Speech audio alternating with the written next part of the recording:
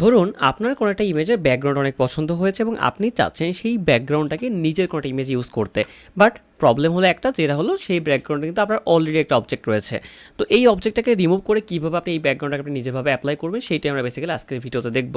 তো দেখুন, এইটা করার জন্য আপনি দুইটা পদ্ধতি অ্যাপ্লাই করতে পারেন। প্রথমত আপনি টুলবার থেকে লেসো টুলটাকে সিলেক্ট করতে পারেন, দেন আপনি এই অবজেক্টের চারপাশ দিয়ে জাস্ট ড্র্যাগ করতে পারেন। দেখুন নর্মালিভাবে ড্র্যাগ করবেন, তেমন কোনো প্রবলেম নেই।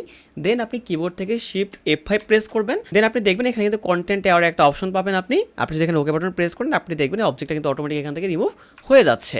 দেন আপনি চাইলে কিন্তু সেকেন্ড একটা পদ্ধতি অ্যাপ্লাই করতে পারেন, যেটা হলো আমাদের রিমুভ টুল। সো আপনি জাস্ট দেখুন যেখানে স্পটলিং ব্রাশ টুলটা আছে এখান থেকে যদি রিমুভ টুলটাকে সিলেক্ট করেন এবং আপনি যদি আপনার অবজেক্টের চারপাশ দিয়ে ড্র্যাগ করেন বা আপনি যদি অবজেক্টটাকে সিলেক্ট করার ট্রাই করেন, যেমনটা ধরুন আমি এখানে অবজেক্টটা সিলেক্ট করে ফেললাম, দেন আমি কিবোর্ড থেকে এন্টার বাটন প্রেস করবো, তাহলে আপনি দেখবেন এইটা কিন্তু অটোমেটিকভাবে মুছে যাবে।